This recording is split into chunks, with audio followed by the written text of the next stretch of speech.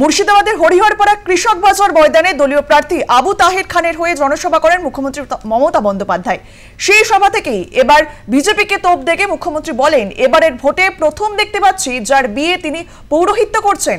Vote লুট করার জন্য এবারে নির্বাচনে রাজ্য পুলিশকে পুরো বাদ দিয়ে শুধুমাত্র কেন্দ্রের পুলিশ ব্যবহার করা হচ্ছে। এ নিয়ে অভিযোগ জানিয়েছে কমিশনকে। এই ইস্যু আগামী দিনে ছাড়বো না। এরপর বিজেপিকে চ্যালেঞ্জ জানিয়ে বলেন, ওদের সব সমীক্ষা ভুয়ো, 200 আসনও পাবে না বিজেপি। আমরা ইলেকশন কমিশনকে কমপ্লেন করেছি, এটা আমি প্রথম দেখতে পাচ্ছি যার বিয়ে তিনি পুরোহিতের ভূমিকা পালন করছেন। প্রধানমন্ত্রী, স্বরাষ্ট্রমন্ত্রী জেনে রাখুন, এখন ইলেকশন চলছে, আপনাদের গভর্নমেন্ট কিন্তু গভর্নমেন্ট ইলেক্টেড হবার পরে আবার নতুন করে বলবেন আমরা ইলেক্টেড গভর্নমেন্ট। যখন ইলেকশন চলে তখন কেয়ারটেকার গভর্নমেন্ট থাকে।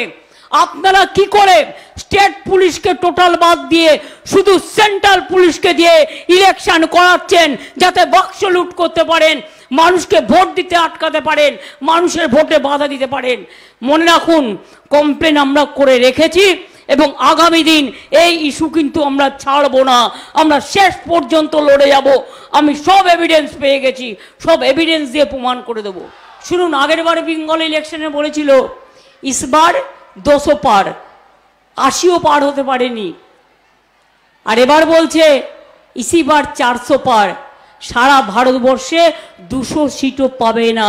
নিশ্চিন্তে থাকুন, ওটা কাগজের সার্ভে, বিজেপির সার্ভে, টাকা খাওয়ানোর সার্ভে, মিথ্যে কথা বলার সার্ভে, ভাওতা দিয়ে কোটি কোটি টাকা দিয়ে ভিডিও তৈরি করার সার্ভে, সোশ্যাল নেটওয়ার্কে কোটি কোটি টাকা ঢালছে।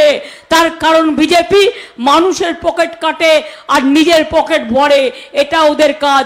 ওই সার্ভে বিশ্বাস করবেন না, মানুষের চোখের দিকে তাকিয়ে দেখুন, মাটির দিকে তাকিয়ে দেখুন, তাহলে বুঝবেন এবার বিজেপি আসছে না, এবার বিজেপি আসবে না।